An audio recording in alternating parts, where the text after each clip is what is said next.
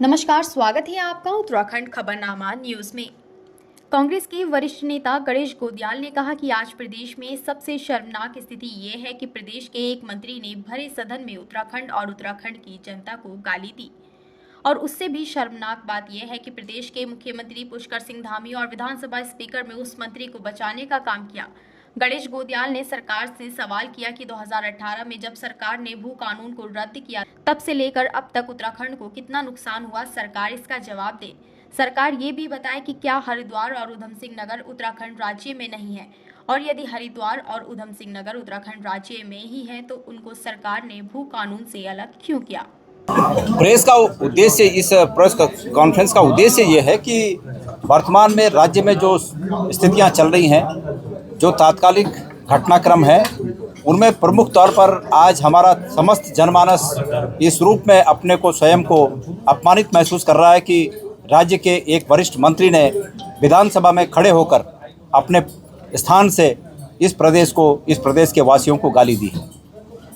और सबसे बड़ी आपत्तिजनक बात उससे भी बड़ी ये है कि माननीय हमारे मुख्यमंत्री जी ने और विधानसभा के अध्यक्ष जी ने उस मंत्री का पुरजोर बचाव करने का काम किया।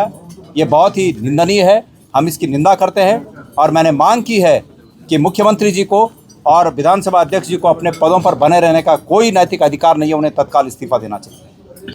दूसरा, सरकार कह रही है कि हमने बहुत मजबूत भू कानून लेके आ गए हम, तो सरकार ये बताए कि 2018 में जिस भू कानून को उन्होंने इस समय रद्द किया, उस समय भी उनकी सरकार थी, उससे अब तक कितना नुकसान हो गया और उस नुकसान की भरपाई कौन करेगा।